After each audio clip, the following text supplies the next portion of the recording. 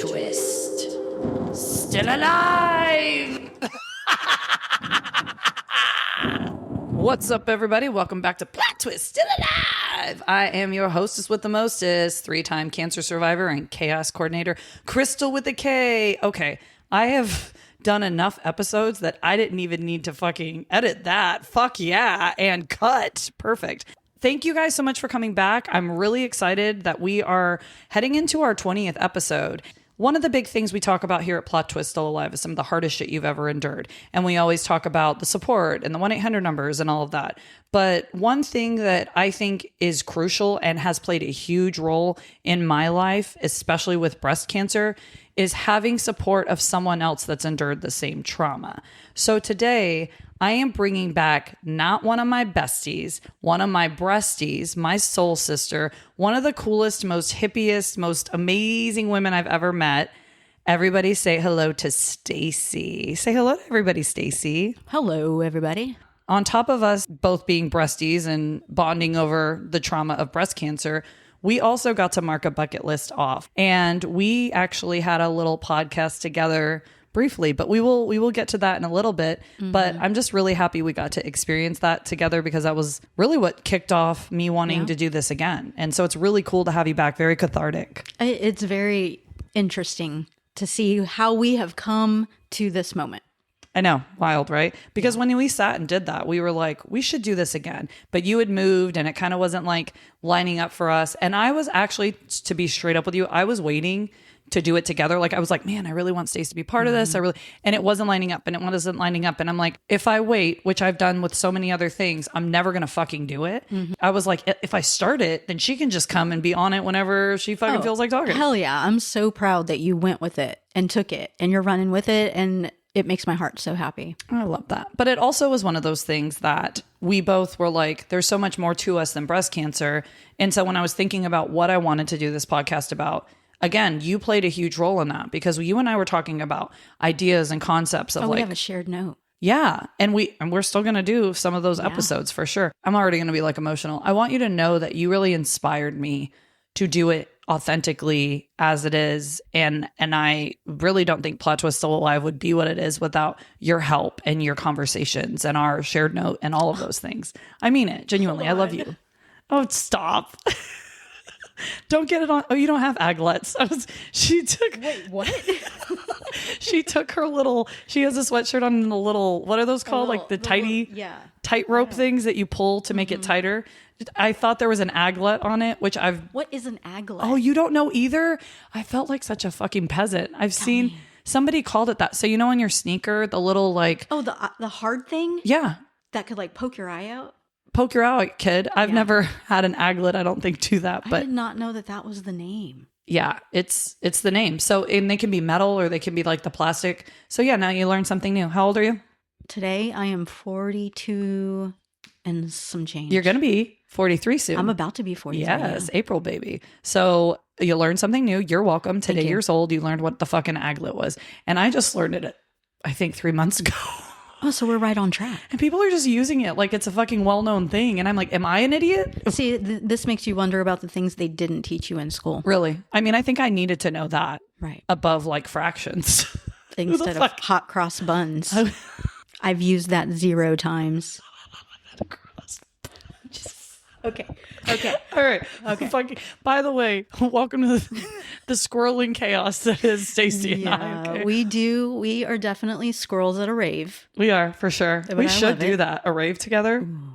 Okay, that's the next thing. Add it. Anyway, let's get into it. So, as you guys know, if you've been listening, and if you haven't, this is the part in the scary movie where you turn around, bitches, because there will be spoiler alerts. So stop right here. There's a do not enter. There's a big masked murderer out on the loose. Okay, turn around and go to episode 1, which is my very first podcast episode. It's called Frankentitties, and it is about my first breast cancer diagnosis, my second cancer diagnosis, and that will fill you in so you know more about my journey. That way I don't have to fucking do this. We're going to start right, because enough about you. Right. Who the hell am I?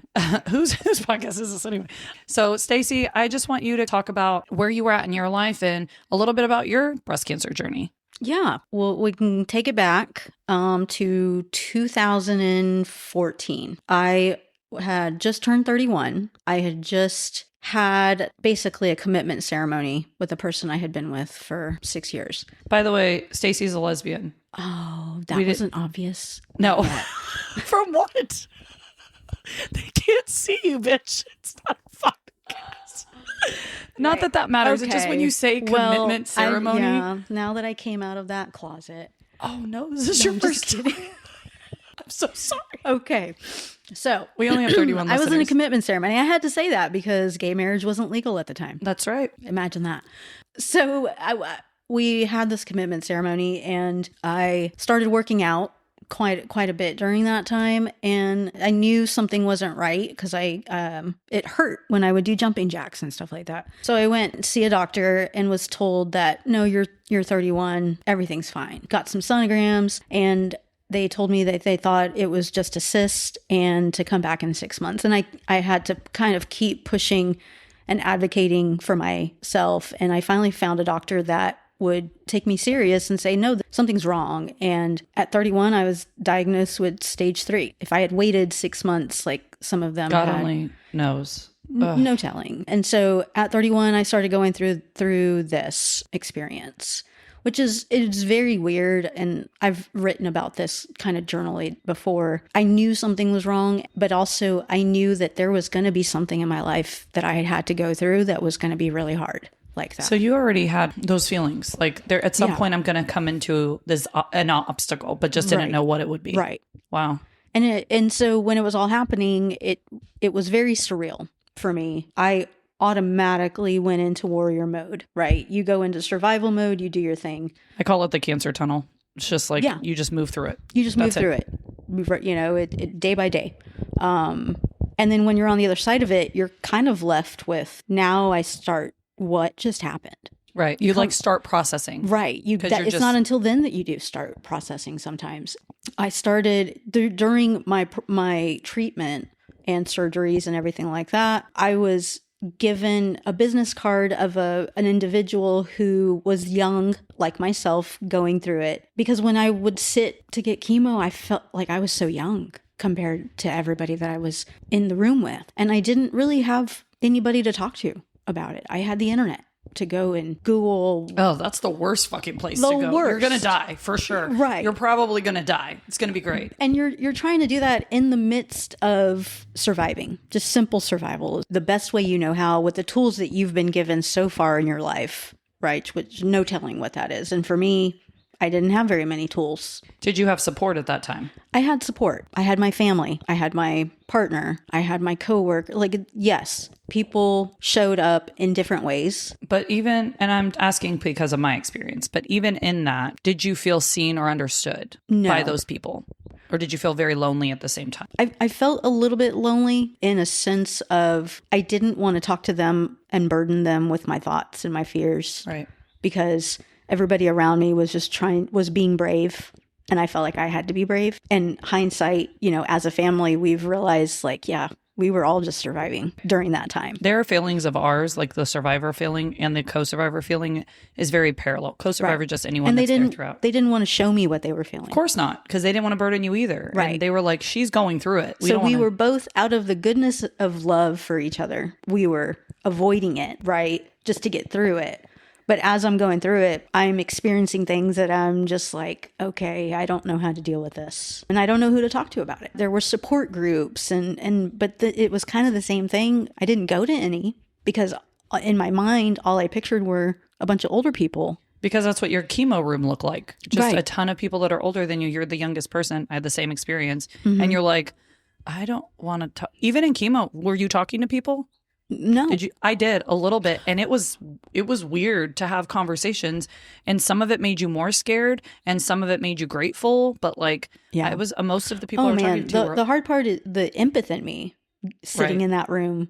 It was like I was absorbing all this sadness. And there was never an empty chair when I was there. No. It was full of people getting chemotherapy. Right. Which is even another. And it makes your thoughts go through different things because you try not to, there's no comparison, right? You realize this is when in the part in your life when you realize that comparison is not a thing. And you're sitting in this room and I'm trying not to compare, but in my mind, I'm wondering, are they going to be here next week? Why? Like, it scared me to even make a friendship. I had a couple people that I spoke Right. to that didn't come back. And then Yeah. the nurses And would you have don't know. to tell And us. Yeah, the nurse would tell you, and then it becomes more, right? Or you're sitting in there and you're wondering where they're at in their journey, and are they having the same thoughts as me, you know? But you can't just, sometimes it's hard to just walk up to a stranger and be like, are you afraid of dying? Yeah. And you know what else I had? This sounds fucked up, but I'm going to say it anyway. I did have a couple of young people walk in to the room, and I was like, oh, thank God there's another person that might get it. And then they'd sit down and they were like, oh, you're iron deficient, because most oncology offices do blood as well. It's not just Right. oncology. So they were getting like an iron infusion. And I would almost go back to that, fuck, I'm alone again. Like that's where my brain was with it, because I had support as well. But I never, don't get me wrong, I would never wish this upon a young person or anybody really. But when you see that, it's just like, they're going through it too. And they looked healthy. So in my head, I'm like, they look healthy. Like, what's their secret? And it's like, the secret is they don't have cancer. There it is. Surprise. Surprise, bitch. Plot twist. No cancer. Yeah. But yeah, so you're sitting in here having those similar feelings, like what I was talking about in you. But Yeah. and then you said you get a card, right? I get a card from one of the nurses, and it's for this young cancer warrior that started a blog called My Bald Blog. You know, it basically had a website. This was before QR codes. Right. You Way have back to in go the to way back, kids. Where you had, you know, you go to this website. So I instantly went to the website and I read every single entry, and it was the experience of a young cancer warrior and feeling alone and not like, and being real and raw and vulnerable of this whole experience. And it hit me in such a way. It's like, yeah, that's exactly how I feel, you know? And so this person instantly became somebody, I'm like, she gets it. Like, how do I find more of her? How do I find her? It was a very pivotal moment in my cancer journey for me and for my future. Obviously. Clearly. It was that moment, receiving that business card, are why you and I are friends. Yeah. And why there's a podcast that exists, and all the things we've experienced. And everything in between. Looking back and understanding that life is a journey. It's beautiful to me to know that exact moment is something that led up to the moment the life that I have today. So let me get back to the squirrel. So I researched this person, and I don't remember if at that time she had started a nonprofit or was starting it, or it was just the blog. My chemo brain. It lasts well after. Just so you know, we still have it. It's never going away. Quite a bit of fog. I live in a fog. I started following her on social media, kind of getting these updates. Fast forward, I get through my journey. I have all my surgeries. I had my very last surgery in 2016. And we're deep flap sisters now. We are deep flap sisters. Which I wasn't when I met you. But my last surgery wasn't even the deep flap. My last surgery is I had a preventative hysterectomy. After going through the chemo, the radiation, the mastectomies, the deep flap, I was on tamoxifen like most. My doctor basically having this conversation with me of, do you want children? And kind of laid out the whole scenario of, if I was planning on having children, this is the path that I would have to take. So you're at what, 33 at this point? 32? 33? I had just turned 33 when I had my hysterectomy. Okay. So you're 32-ish. So I'm 32-ish. And you're having to make a decision about if you want kids, because you had none at the time. Right. And it's like, do you want to have a chance of having cancer again, or do you want kids? Right. Is how you basically have to make this life decision of what's more important, me or my future children. Right. And just so people know, tamoxifen is an estrogen suppressant. So when people ask if you're fine now after cancer, they don't realize that like most of us, if not all, are on some sort of hormone blocker, hormone thing, or we have full hysterectomies because we have to remove everything so we don't make estrogen if it's estrogen positive. So wanted to give a little education just so people are like, what the hell is that? Right. But when you ask if you're better now or you're okay now, well, I'm being forced into menopause medically. So I guess, except for the hot flashes or the dryness or the So anyway, that's a rabbit hole. But I'm just saying, I wanted to explain that to people because I don't think they always understand when they see you and you have hair and you seem healthy. They don't realize you're still doing things to lower your chances of reoccurrence, because once you have it, you have a 1 in 3 chance of it returning as stage 4, which is incurable. Anyway, sorry, that was my little soapbox. Go. I love it. So yeah, well, I'm forced with this decision. Me and my partner made the decision that I should have this hysterectomy. And so I did, 2016. So in like, obviously, if you have a partner and you're both female, you would technically have a potential opportunity for the other partner to be pregnant. Was that like, how did you feel about making the decision to have the hysterectomy? Did you ever want to be pregnant? I did. I think I had the idea of having a family, but I had never been one of those people that was like, yes, I'm going to be a mother. The person I was with at that time did not want to carry. So us making this decision was basically no kids, or we would foster or adopt. Did you mourn or grieve that at all? Or were you comfortable with that decision? We made a decision together. We ended up, after the surgery, after making this huge life decision, we broke up 3 months later. I don't know if I had time to grieve. Because then you were processing. Because then I was processing. But you also had to live with the decision you made alone. And to meet other partners that may have had that.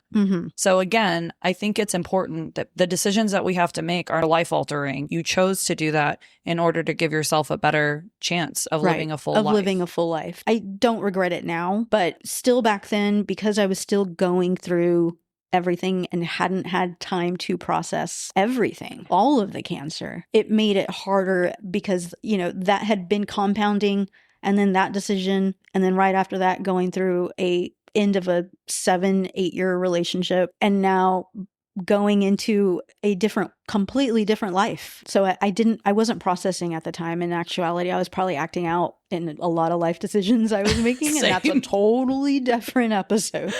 Can't wait. We're going to do that one too.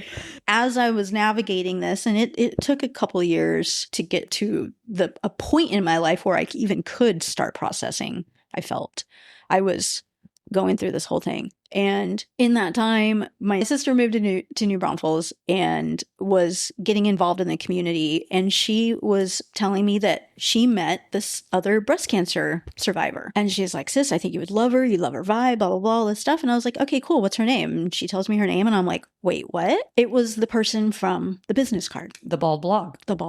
And I was like, you met this person? She was like, yeah. And I told her about you, and she would love to meet with you. My sister put us on an email together, and making the introduction, person reached out, and I wasn't ready. Well, and I think that's another important part of this. I wasn't either when I was initially diagnosed, and there was almost an 8-month gap between that and chemo.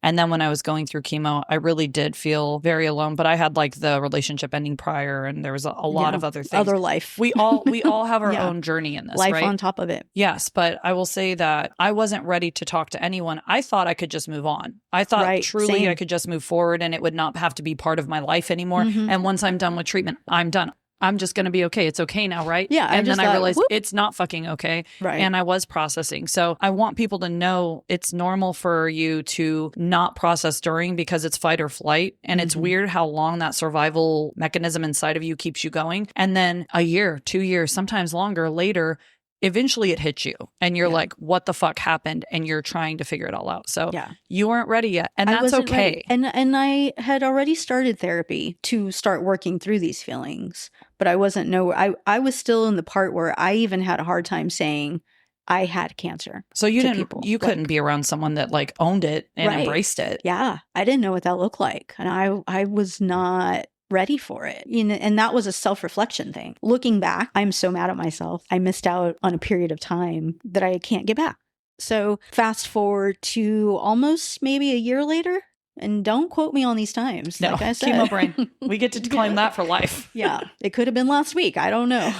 It wasn't, I promise. Okay, it wasn't. Through this journey that I was still on in searching for myself, I'm going to use this term very loosely. I became a motivational speaker, right? I could see that. I was like, okay, I have a story to tell. I have experience. I need to get it out. I had 2 engagements. One was for the company that I worked for at the time. We had an annual conference, and I got to tell my story to about 250 people. How cool. Yeah, it was really cool. It got my feet wet. And if you can't tell, even though, she doesn't have to rock a mic metaphorically, with the dingling, she really can rock a mic, and she's very eloquent and a great public speaker. You really are. And that's coming from me, who's also a great public speaker. I own that shit. You are fantastic. Oh, I appreciate that. So I dabbled in it, knowing that I had this ambition of just I felt like I just needed to get my story, start getting it out. My sister served on the Women's Chamber of Commerce here in New Braunfels and asked me to come and speak to them. And I was like, yeah, that would be awesome. I put together a presentation very similar to the other one I had done. I went to this event and I spoke my story and I spoke my truth. At the end of it, my sister brings this person to me and says,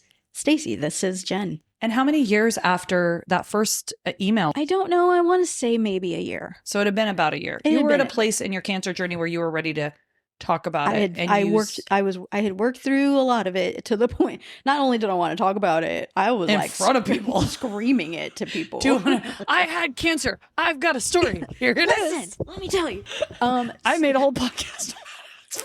You do what you do. I feel like it's very normal. Very normal very thing. Normal. Everyone should do it. Yeah. So she brings Jen to me, introduces us, and I fangirled. I'm like, oh my God. I'm the person that didn't respond to you a year ago. Thank you for being here. But it wasn't like that. I was like, oh my God, it's so great to meet you. She was wanting to tell me, oh my God, you were awesome.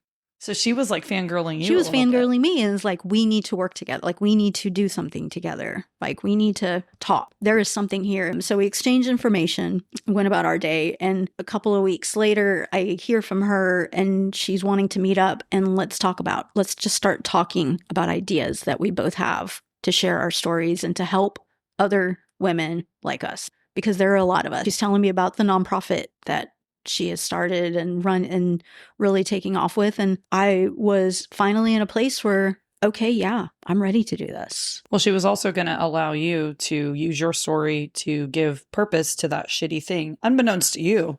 Yeah. Because she did that with a lot of us. That's something she was great at. And what she was also great at, hearing that, I had a very similar conversation with her when she first met me, and she saw a video of me shaving my head and giving a speech. I don't want to say she was like a headhunter, if you will, but like she saw things in people. Mm-hmm. And she even told me one day, she was like, I don't know what, but we're going to figure something out. Like the way that you speak and like, you're outgoing and all these things, like she's like, we're going to figure out how to use that in this nonprofit scenario somehow. Yeah. It's like she saw something in you and knew whatever it was in you, it helped her do something that she wanted to do as well. And that's what was so cool about being a friend with her. Because you and I, completely different people, but we had that same interaction and connection with this person that I want to say she was almost like a hub. That was part of our magic. It was, really was. Knowing now the impact of that and the ripple effect. And I know further down in our story, we'll kind of get to that. But so we start meeting a lot. She lived in New Braunfels. I lived in San Antonio. We would meet in the middle maybe once every other week and talk and brainstorm. This is where we built this idea of we don't need a support group. I don't want a support group. I want a sisterhood. Other people that are going through this to know that they are not alone and there are people that have been through this. And we're not here to tell you how, but we're here to help you through it. And young people. I mean, young, older, it doesn't matter, but like specifically young people who are diagnosed, because honestly, until you met her, you probably didn't even hear or know of anybody personally that had breast cancer at 31. Mm-mm. And that's why it was so strange for you to sit in a room with a bunch of people.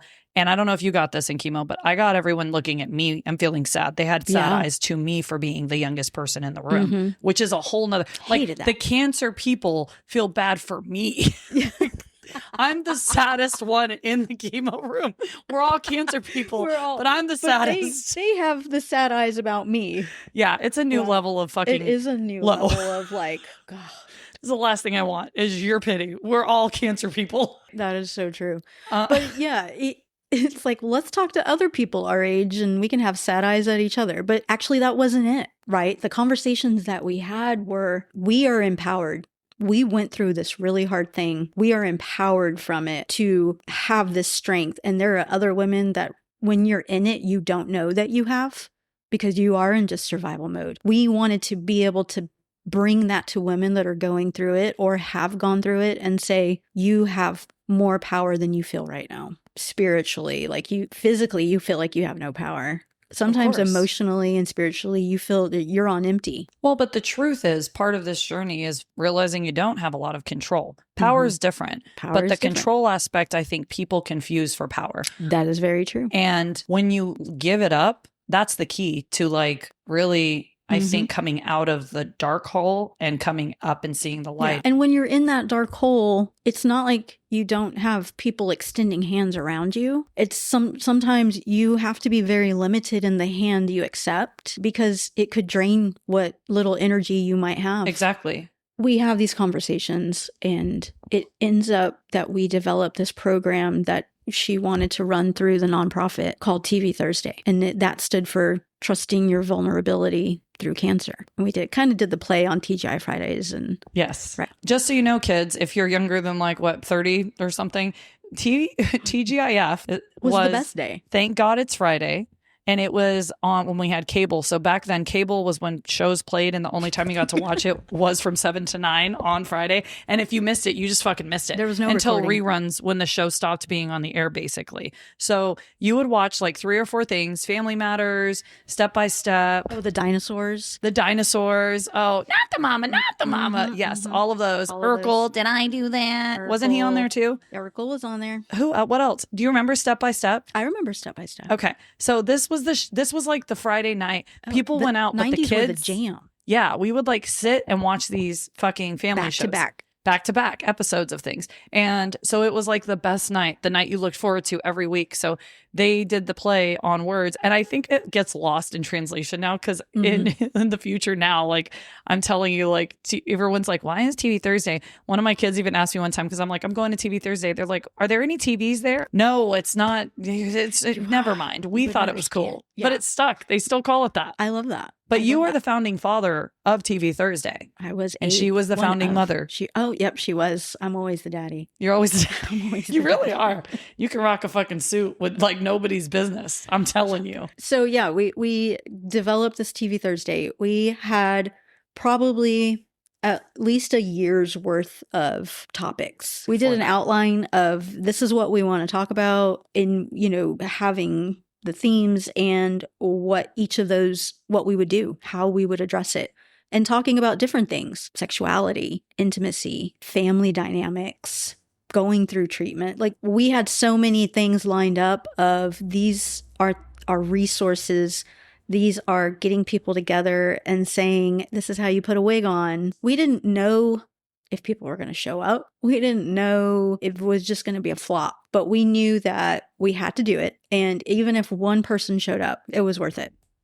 I was really nervous to come. I was sweating. I was scared. Like I had met Jen one-on-one and she was the first person just like you. And again, not going into a bunch of detail about that. Jen was this fucking light. She had this gift not only of being like a hub, but like making every person feel like they were seen. You were her best friend. She found you like the most interesting person and she just had this gravitational pull. Absolutely. And so I had known her for a few months. Which is what I was counting on for this TV. I was like, she'll bring the people. I got the message. Got it. Done. Done. Duos. Yeah. Yeah. Snaps and claps, bitch. But so I'd known her since that summer. I met her in like June because I got a card at Breastfest is what it was, my fundraiser where I shaved my head. I hit her up. I didn't even know what I wanted from her. I did call her and like immediately she cussed on the phone. She was like, oh shit.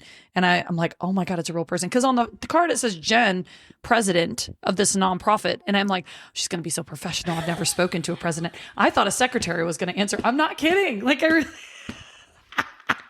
I thought this was awesome. Yeah, I did. I don't know if I ever told you that. No. I really thought like I was going to get a secretary. They're going to pencil me in. And she...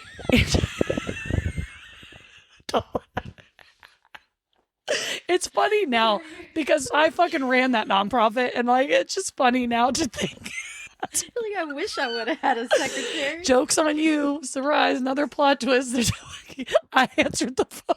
Actually, now it's Jen's mom that answers the phone, which is super cool. We love Mama. That's perfect. But anyway, and then she answers and she's just like, hello? And I'm like, I got this card and may I? And she's like, oh, this is Jen. And I'm like, the president? What? And then she's like, yes, Madam President. And she drops something and I heard dogs barking and she's like, oh shit. And I'm like, oh, she's a real the president's a real person. I just kind of like word vomit. I just like, I don't know what I need, but I got your card at my event. Just shaved my head for chemo. And she's like, let's meet for lunch tomorrow. Just let's meet for lunch. And I'm like, the president wants to meet me for lunch. And so even when I was telling my friends, I'm like, she's like the president of an organization in town. She like runs a nonprofit. And then I meet her and she was just growing her hair back from chemo. And it was like this silver. She was rocking it. It looked so good. And she just told me she got diagnosed with stage 4, which is every breast cancer warrior's nightmare, basically, is to have it reoccur. And she's sitting in front of me with this light and this love and this vivaciousness for life. She has stage 4 cancer. She just went through chemo for the second time. She's not even 40 years old. 38, I think, is when I met her. And I'm like, whatever the fuck this is, I need to be in this woman's presence, around it, because this is the key to get me out of whatever this dark hole is. Fast forward though, you had to have met her around that time frame too, if it was a few months of talking about TV Thursday, but you and I had not met yet. We had not met yet. We literally just picked this topic right before we started talking. I was like, let's just do having support of someone that understands. And it just dawned on me that the only reason that I even have this topic is not because, oh, I met you. I met Jen and you helped Jen create a space for this exact fucking topic, which is a space for people to support one another who have been through the same trauma. And now I'm getting chills again talking about it because we picked this on a whim because we have a lot of things to talk about. Well, we needed direction. We did something like the rave was about to take off. The rave was happening and we do that. We scrolled again. So let's get back. We walk in, you guys are having it at like a real estate agent's office and it's huge. This room is huge. It's like huge conference room set up. Yeah. And there's 5 whole people there. And so it's weird because you would think it would make you feel a little more like, oh, it's a small crowd. It almost made me more nervous because I'm like, have they all met? Do they know each other? Like what? Yeah. And I was very, very bald and going actively, had just started the Red Devil, very harsh chemo. You walked in and I was like, this bitch looking good. Like, you walked in and that's the crazy thing is the confidence that you walked in with, but knowing what you were going through, you found the way to have this confidence with you with the makeup and the wig. And it drew me to you instantly. And I'm like, oh, she looks like a good time.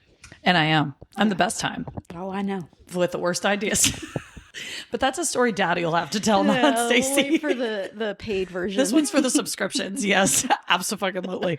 When I get 100 followers, right now we're at 33 and a half, I think. We're going to get there. Yeah, it's coming. Yeah. So and when I walked in, I don't think I even really hyper focused on you until you spoke because it was in my own head, truly. And so I sat at the front because that's the type of pupil I am. But one thing that obviously you guys know, it's not a secret, I can fucking talk and I'm not embarrassed or worried to talk. And I think I was hitting that place that you were when you wanted to public speak of just telling my story to anybody and everybody because I was physically wearing my cancer diagnosis. And so I felt like I almost had to explain it. And I was like, this is what it is, blah, blah, blah, word vomit. And so sitting in that room, you and Jen started the conversation and that's the first time I heard about your story because it was kind of like you guys were trying to break the ice. I was in awe. You have a piece about you when you speak. You're not the loudest one in the room. You're not the one that's going to say like the funniest thing. You truly just like have this way of speaking that is so calming. And hold on, let me get this. Oh, stop. Not your aglet. You're going to stab it with your aglet. Get back in there, Tear. That's not going to work. Every time I think of Tears, I think of the movie Tropic Thunder, which could never be made nowadays. And he's like, my head movies make my eyes rain. Well, there was a lot of head movie eyes raining that night. Yeah, I had to tie it in. So when I heard you speak, again, you had such a calmness about it. And it's crazy to hear someone that went through so much, and I'm in the throes of it. But again, hearing that, it instantly gave me this idea that I'm going to be okay because I was still very much in the stage in this where I had no fucking idea. I was literally at the dark hole at the bottom. I was at the bottom, darkest place I'd ever been in my life, and probably to this day. That says something because you were at your darkest place and you weren't showing it. That was a goal, though. Right. I wanted people to look at me and not, the pity was the worst thing that happened during all of that. And I didn't want that. But just to think about it and let me get my hippie version right now. I love that. Right? Let's go. We are all walking around And you don't know what a person is carrying if they are in their darkest moment and putting on the bravest face. You don't know. We are all just humans walking around this earth. Sometimes you go through traumatic shit and it forces you to look in the mirror. Yes. So Maybe that two. first meeting, though, was pivotal, not only for you and I, but for the people that were sitting in that meeting, for Jen, for the nonprofit. After you guys, I was the first person to talk because you guys were like, anyone else? And I was like, I'll go.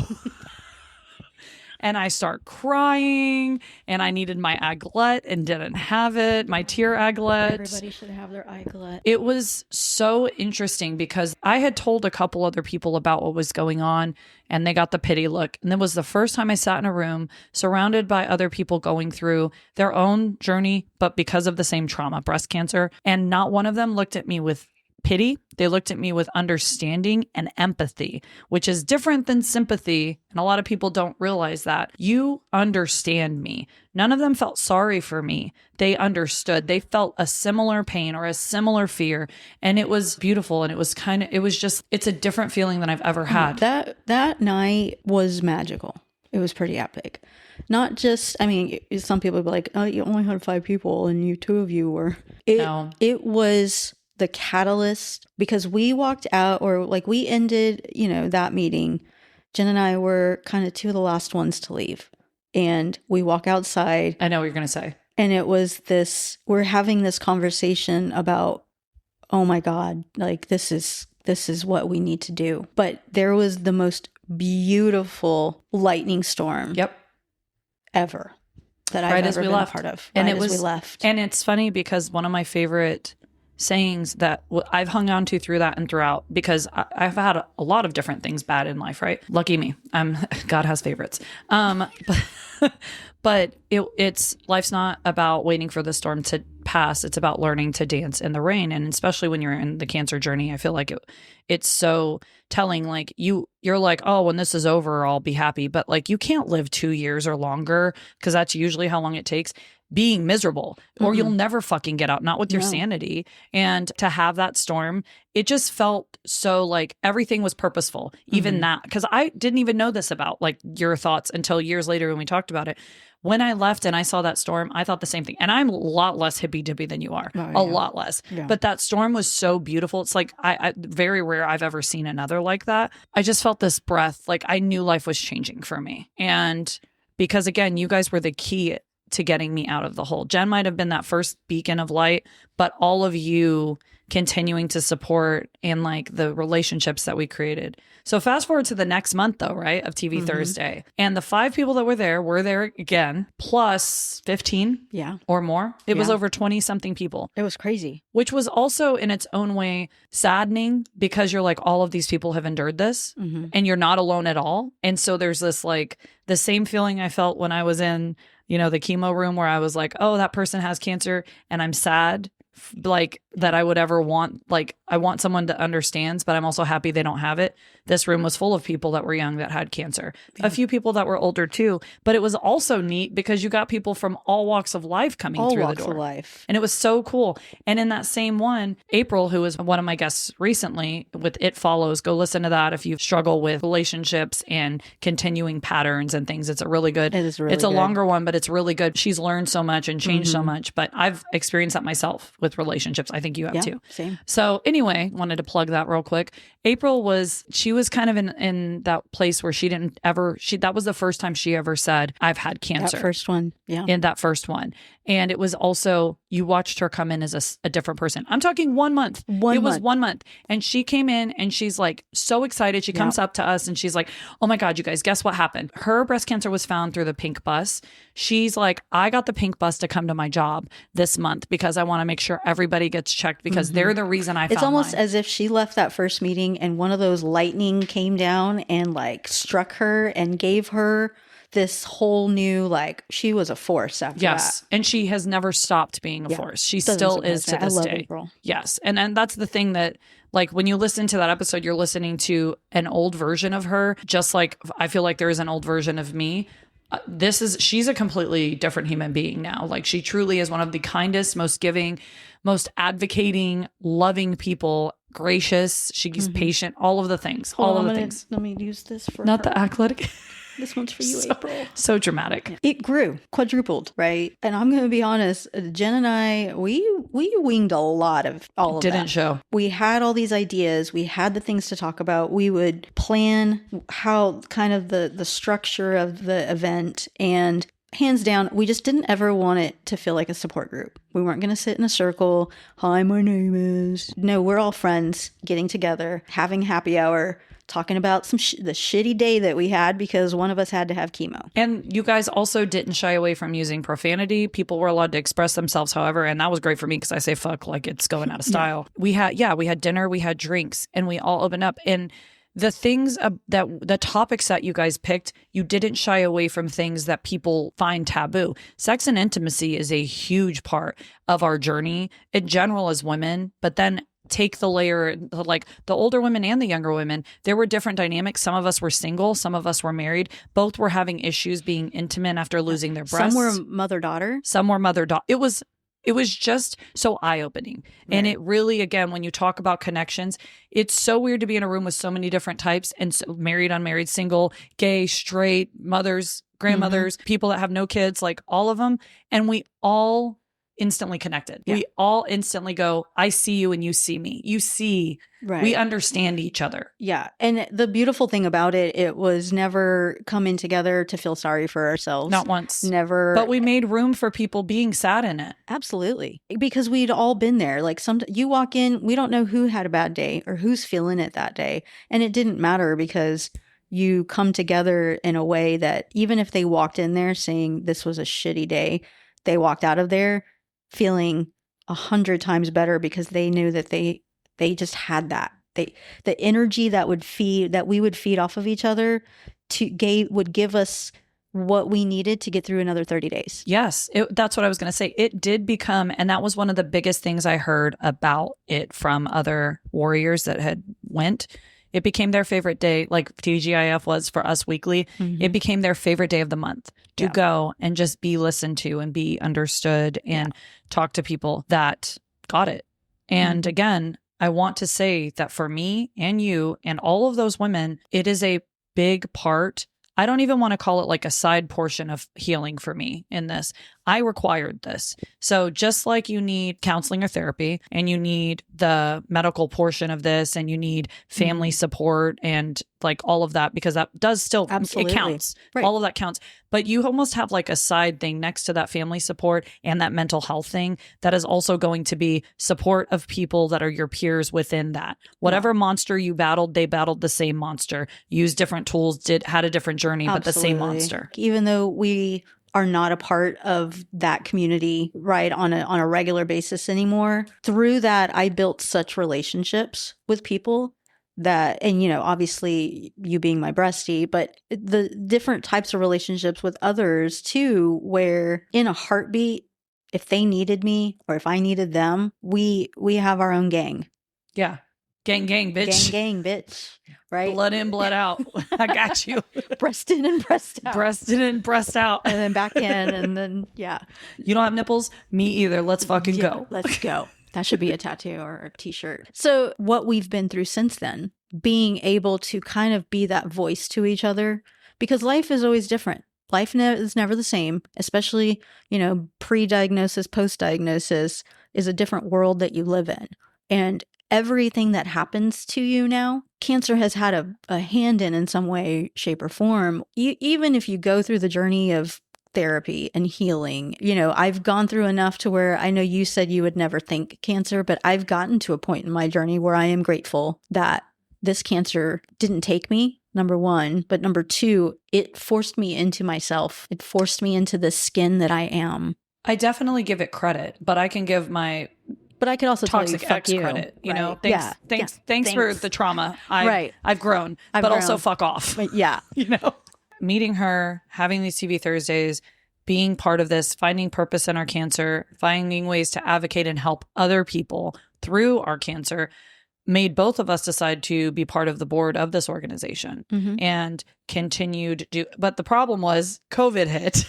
COVID, that bitch. But because of COVID, I'm again I'm realizing this right now. Because of COVID, Jen was like, we still got to get our message out there, and we need to do something.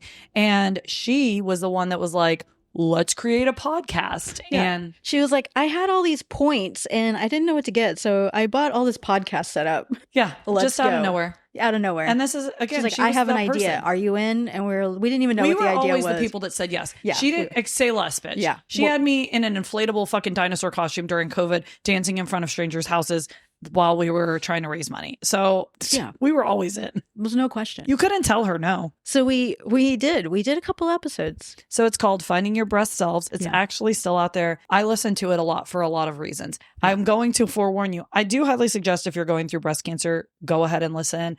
I don't know if the muggles would necessarily appreciate it as much. They might not. But if you're a co-survivor, you might too. It'll give you some perspective. But I will say this. I have learned a lot. I had before learned doing a podcast and editing. I'm still in no way perfect. Back then, it was fucking rough. The only one that was decent was the third one. And that's because we had to get Brittany, one of our board members, to fucking fix it for us. And it was so much better. It was like drastic. But we had no idea about like using the mics. Well, you were always quiet sounding. I was always super loud. Like it was rough. And it was very similar. Minutes. We would sit down and just start talking, and it was just the three of us sitting and talking, and it's hilarious. But it popped our cherries. It did. And we checked it off the bucket list. We sure did. Bucket list. I never knew I wanted to do a podcast, and then we did it. And it sucked because we only did 3 episodes. I can't remember exactly why. I think we were just so busy with the COVID shit, trying to continue the nonprofit. You had your own life. I had my own life. She was doing her thing. And at that point, I was done with treatment. I had started growing my hair back. Like this was, so it was almost a full year from when we had the first TV Thursday. Yeah. Because we had a couple, then COVID hit, and then we tried doing the Zoom. So different. And then it was like, okay, that's not it. And then the podcast stuff kind of came about. And so, over that course of time, I think a part of it was we were just trying to figure out how to keep this going, how to keep the momentum, because that's what we were scared of. Is it going away? Yeah. So Jen, unfortunately, passed before we were able to bring TV Thursday back. Do you want to know something, Cosmet? Yes, of course. When we had met that December, we talked about TV Thursday, and we're like, okay, we're picking it back up. And so we put it in our calendars that we were going to start back up. And the day of her services, that evening, was a Thursday. And I walked in and my phone went off with the calendar reminder for TV Thursday. Oh. And I just lost it. But I was just like, I hear you. Wow. I got you. Right. That's when it was like, this has to keep going. When you know a person that has this gravitational pull in this light, there's not a fucking seat in the place like that's empty for the most part. There were over 200 something people that came to the celebration of life. More came to the funeral, and then some couldn't stay. But this celebration of life was, I had to tell myself, I was just like, you're going to make this happy. You're going to be happy through this and bond with the people that loved her, because she wants me to do that. I still had to process after, but I definitely, I felt like I owed that to her, was to truly celebrate her life. And it was so, like, the way that we did it, the way we decorate, everything was a reminder of Jen and the best parts of Jen and the things she loved the most. And it was such an honor to be able to do that for her. Yeah. And in true Jen fashion, she was also a catalyst for me for that year, because I had already planned on taking a year off. I had quit my job and I was like, I want to travel. I'm on this search for myself. And one of the things Jen had helped was connect me with a therapist that she thought would help me achieve that. You and I went through that grieving process together, and we did completely different things with that grief, but also we really bonded along with other people together. And I think both of us, out of the group, there were a few of us that altered our lives completely after she died, because just like her coming in altered my life, her going out altered my life. Right. I chose to continue the nonprofit and help continue running it. And you chose to be on the board and help make sure we got where we needed to be. But then you also decided to go on this incredible once in a lifetime journey. I don't remember how long you were on it, but you went around and just by yourself as a solo female, which again takes huge balls, if you will. Daddy. Yeah, daddy. Yeah, only She's got that daddies daddy can do it. vibe. Yeah. I went 3 months, but it's crazy because for us, going through the survivor guilt, insane survivor guilt, and having to be like, I'm going to honor her. I'm going to live every day to my fullest. I'm going to do, like you go through all these things for yourself. And that year for me started off with losing her, but it also was such a year of impact of me finding myself, of me finding to light the fire of living again. Yeah. So I will say that I had that post chemo, like you almost get, I don't know how to explain it. It's like this, holy shit, like live life to the fullest right now. Yeah, you go YOLO to the YOLOist. Yeah, and YOLO in the worst way at times. Yes, like sometimes. I was doing some really fucking questionable shit. Mm-hmm. Even and more pushing so, yourself to the limits of morally, physically, everything. Emotionally, all of the things. And again, that will be subscription shit because I promise you, you're going to be like jaw on the floor. There's some stories. But that was the first person that I lost in that way. It happened to me after my friend Amanda had passed. That's why I went to nursing school. It was like, fuck this, life's short. But it's kind of like you fall back into normalcy at some point. Right. You can't live YOLO forever. You can't. You have to find a balance. But you change it. You go from quantity to quality. Yes. And so you still have YOLO moments, but you're like, okay, we can't do this for 6 months. My liver, my body, my, all of the things, health cannot handle this. And so with her, now looking back, I don't think I processed. I definitely went YOLO because I was in a place with nursing after COVID where people were a lot more cruel. There was just a lot. And I'm filling my cup with this nonprofit and going, I'm helping people every day that want help, that are grateful for help. In the hospital, you don't get that shit, at least not in my experience where I was at. And I was getting burned out with nursing as well. And then when you have health issues, sometimes you look at people, or at least for me, I looked at people that were unhealthy by choice. And it was really hard to treat them at times. And I hate that. But I thought to myself, I've always been a believer in this. If you're a nurse, a teacher, a cop, whatever your job is, if it's related to people or public service, you shouldn't be fucking doing it if you're burned out and don't like people anymore. And the nonprofit was making me love people and serve people. And I felt like I wasn't getting that with this job. So I decided to take a leadership role. And you decided, didn't you kind of postpone your trip? Yeah.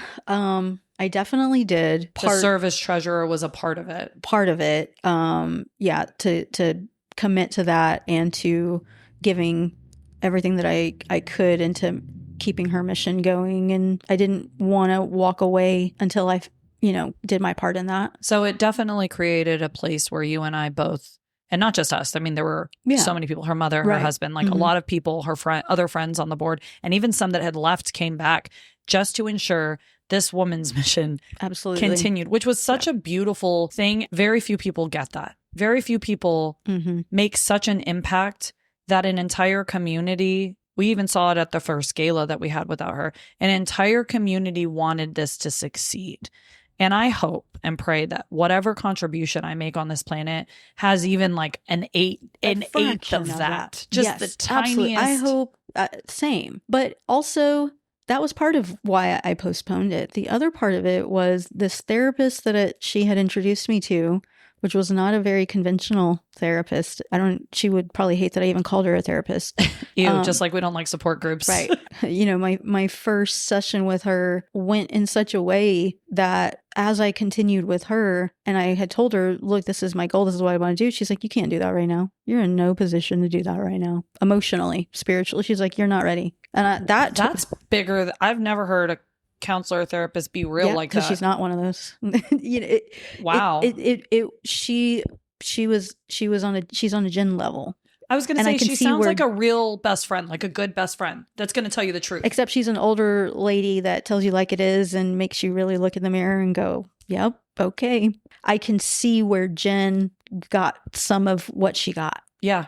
Was from this woman, right? The depth, the awareness, just the understanding of it. And it leaves you with such a hunger for more. It's the beautiful part of life is that what we went through was a part of our plan on this earth. What it makes you look at in yourself, and the love that you have to develop for yourself, it's different. So getting connected to this therapist really did something to me, and helped me through it too. How crazy is it that Jen gave you the therapist that would help her through her grieving process? It's crazy. Wild, right? Right. It's wild. And again, I truly I don't get hippy dippy often with people, but you bring it out of me, which I do love because I have thoughts like that. But I am very much so like everything happens for a reason. And I'm also very much like the same person that when it's happening is like, fuck this, why is this happening? Because it's okay to question it. But I have also something else I've gained from this is I know the storm will pass and I will get out of this no matter what, because like you said, survived cancer now 3 times, but like I've survived other really fucking hard things. Every hard thing has prepared me for the next hard thing. Even though in the moment I hate it, now there's an acceptance of it too that comes along with it after I'm like the initial like, fuck this, why is this happening? Do I deserve this? And then I'm like, just chill the fuck out, just accept it. Doesn't mean I don't have to like it or that it's not going to be horrible like walking through hell, but I will reach another side of this. Yeah. It's a part of the journey. Yeah. And so within 2 months, though, once we got the nonprofit, we kicked it off and continued. You and I both looked at each other and were like, we got to do TV Thursday. It's got to happen. So we restarted it. I think it was March or April was like one of the first ones again. Yep. I was very surprised at, once again, the amount of people. Like that first one, I think had the most people that we had ever had. And we have had meetings, fast forward to now, especially like the Thanksgiving and Christmas, it has grown substantially. So it went from just a survivors group, which was all initially we wanted. But as time went on, we wanted it to be able to morph and grow into whatever the warriors needed. Because I think that's the other thing that made it different than a support group is that we listened. What do you want? What do you want the topics to be? What do you guys want? We want outings. What do you get out of this? Yes. What do you need to get out of this? Exactly. And then we kind of would go over the things we did in the past. Hey, I would love this. Sex and intimacy is literally like a yearly thing. It's talked about yearly at this point because it's such a huge part of things that a lot of people don't get to talk about. But there was a need at some point for a co-survivor group, for the people that supported us. For me, it was my mom, but for other people, it's their sister, their best friend, their husbands. So, and that group always remained small, but Jen's mother, Mama, she actually decided after a few months, you know what, I'll do that. So it was nice because we were getting support, but you're only as strong as your weakest link. And typically, if this is your main support person, they need an outlet too. And it's not going to be you because they don't want to talk about it. You know, like they don't want to put that on you and burden you. And so it morphed into that. It did. And then like I said, the holiday ones would have a combination. Sometimes you could even bring your kids. Every 3rd, 4th month, it would be like a fun event. It's not even about cancer at all. It's just bringing people together, family, friends, and you all know you all had cancer and all of your kids and your husbands know, hey, you know, our mom or our wife went through this, but it was so fucking cool because we had up to 65 people at a Thanksgiving one time. And it's just a beautiful thing. Again, you can't describe it. And it truly is like a sisterhood. And I mean, we did not have a man in our group. We still have not. I'm hoping one day they do. And I will like put Pink Warrior Advocates is the nonprofit. I haven't really put it out there because don't judge them based on me. Okay. And I was very professional when I worked for them. Absolutely. And, you know, Jen was the founder. She was like the George Washington. I feel like I'm the Thomas Jefferson, I guess, like the 3rd cool president, whatever.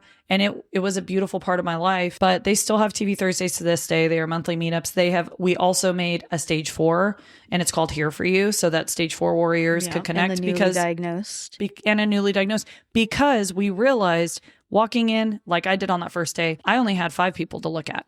And I was wearing my cancer. Someone who is especially going through the throes of it, if they walk into a room, majority of us don't look sick either. And so when you're first in it, you don't realize some people have stage 4. Jen did.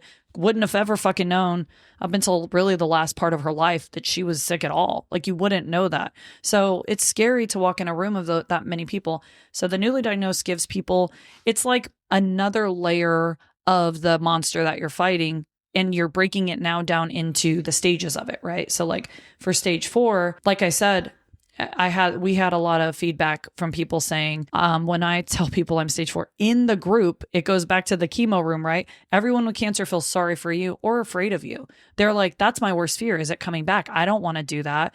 And I never felt that way about stage 4 warriors personally. And I don't think you did either. But I also think because we were friends with Jen, I knew the possibility was there, but a lot of people shied away from being close to her. And you and I leaned in because we're like, we have limited time. Let's fucking do this.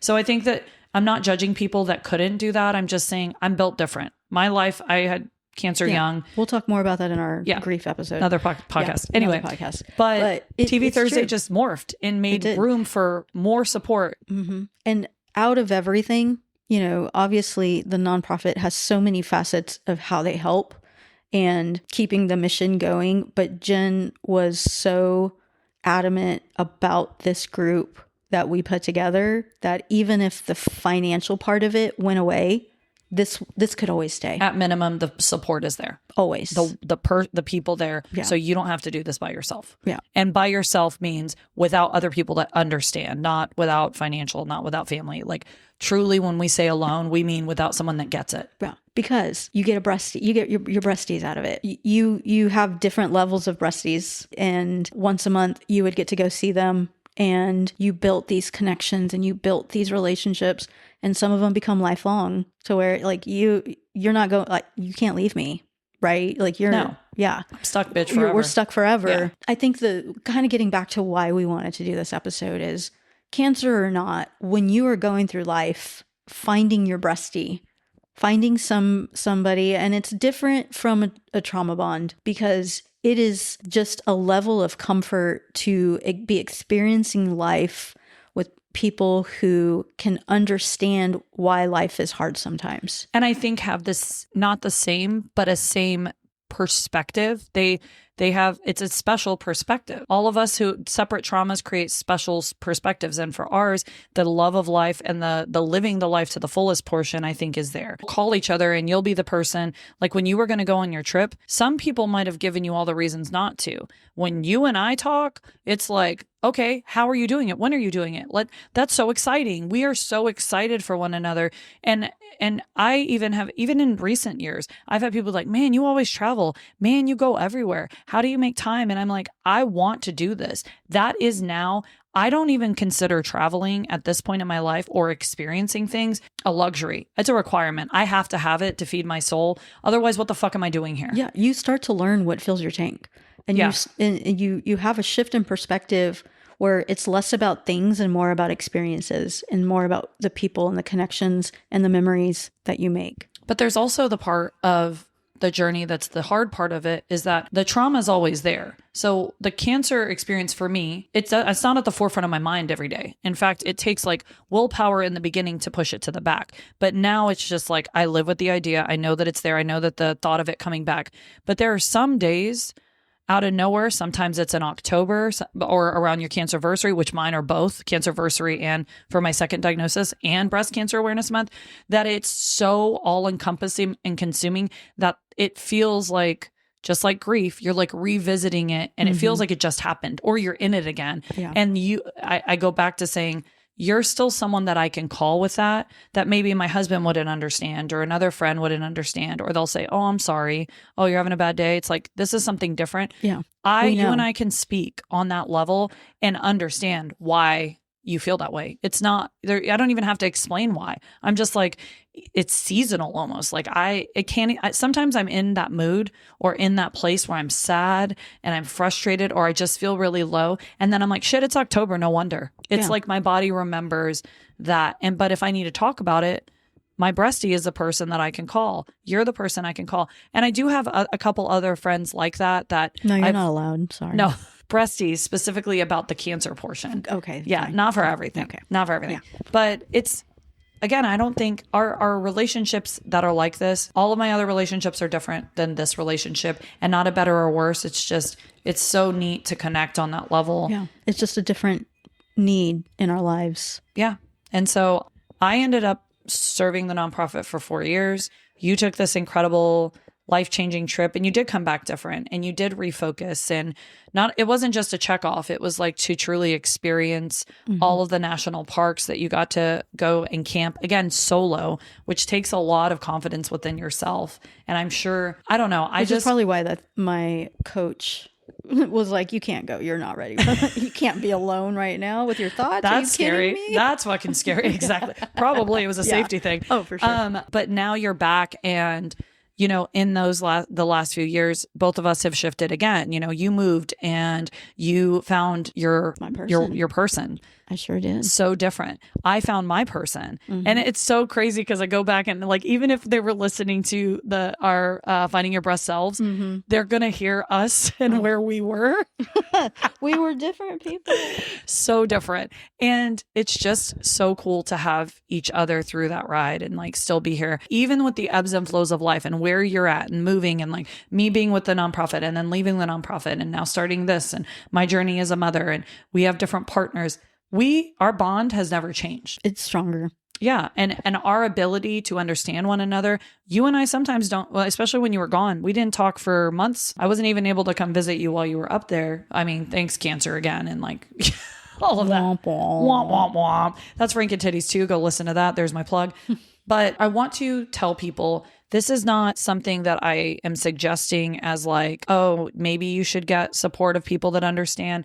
I'm telling you, you need this in your journey. If it's not breast cancer, that's totally okay. It could be grief. It could be losing a family member. It could be drug addiction. It could be, you know, alcoholism, whatever it is. There's so many things. It could be sexual trauma. You need people that understand this. And I'm also going to have a side note on that. Not every group is going to be for you. I actually now running the nonprofit, being part of TV Thursday, I know what an anomaly TV Thursday is in comparison to other groups through other people's experiences. And I even joined a breast cancer group on Facebook just to see what it looked like. It is a lot darker. There's a lot more sadness and anger in that. And I would not have thrived in an environment that was like that. So you need to find what works for you. Right. You need to find, if that is where you do thrive, I'm not knocking it. It wasn't for me. It's just like a doctor or anything else. I say the advocating portion of this. Make sure that you're finding support of people that have been through that makes sense for you. Right. And it's not a toxic trauma bond. No. Right. This should be an enhancement. Right. The goal is to learn and grow from that. You can't change whatever that experience was. You can't change the loss or the grief or the diagnosis or any of those things. That goes back to letting go of the control. But what you can do is you or whoever, and even if it's just finding another person, it doesn't have to be a group, but finding someone to bond with and discuss, and it should evolve out of cancer, or out of whatever that was. For us, it was cancer. Our relationship isn't based on cancer. Oh, no. It's based on everything else in life and what we've done with our lives and the things we've done in spite of those things. I really think it's a necessity. When I talk about resources, I think that's where you need to look, is if you feel alone and you feel like you're at the dark hole at the bottom, find your breast self, find your breastie. Find one. And I'm using breastie loosely. Find someone that has been through or slain the same monster or is fighting the same monster that you are. Make sure it's a good fit. Find a way to trust yourself through vulnerability. TV Thursday. Did I do that? TGIF. Not the mama. Anyway, well, babe, I'm super fucking stoked. I'm not even kidding. Like, even on every podcast, even if I'm talking to people I know, there's usually like a sweaty version in the beginning. I get sweaty every time I start. And so like even the beginning when I didn't have to do a double take on my intro. Thanks, 20 episodes. By the way, snaps and fucking claps for me because I've done 20 episodes. I am currently in the top 50%, not to brag or anything, top 50% of podcasts. And most people don't make, I think it's more than... They give up. They give up. I don't think they make more than, I think it's 10 episodes or something. Wow. All verified, but I'm double bitch. That's and right. I do want to also say, this morning when I checked, because I do look at this shit every day, I have 399 downloads before I'm at 2,500.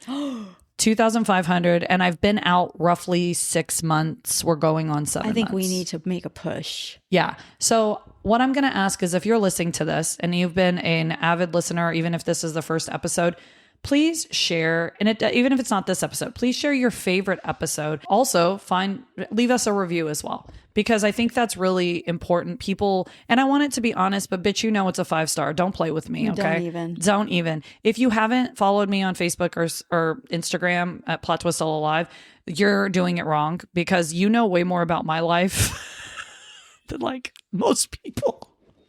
If they just listened. So thank you guys for listening. Again, you do not have to do any of this alone. And even if you're not sure and you need a resource or you are battling and your brain just can't handle it, I mean this from the bottom of my heart. Email me or me, or if you want to talk to Stacy, I will fucking get you in touch with her. We are here. We want to make sure that people feel supported through their hardest shit. We love that. That's why there's a TV Thursday. And I will also go ahead and on my blog put their information with the TV Thursday group because again, the founding father, Daddy, said to go. And it is one of the best parts, if not the best. I would say the best part, honestly. Yeah. Since I've been back to Texas, that is on my list is to go to another. I just did recently. Did you? It was really great. Can we go? Yes, let's do it. Okay. It was really great. And it was left in two warriors, very, very, very good hands, Jamie and Shanna. They do a fantastic job. That's amazing. They really do. They're extremely, and it's funny because Shanna reminds me of me a little bit and Jamie reminds me of you a little bit with like the play off of each other. Yeah. I encourage you if you are a breast cancer survivor and you need a resource, that is it. And there's another one that is a national, it's called BREASTIE. I think they actually have an app and stuff. They're like all hip and everything. And from what I understand, I've known a couple of women, I've met them several times through Jen, and they're pretty incredible as well. So if you need a national resource, you're not in the San Antonio, New Braunfels area, please look them up. I'll put them on my blog along with any others that I find. I'm not sending you to some boohoo cry about it support group. Okay, sorry, not fucking doing it. But yeah, email us at plottwiststillalive@gmail.com. Follow us on socials. And Soul Sister, I guess we got to end it the right way. So we're going to do a high five. Still alive and do your evil laugh.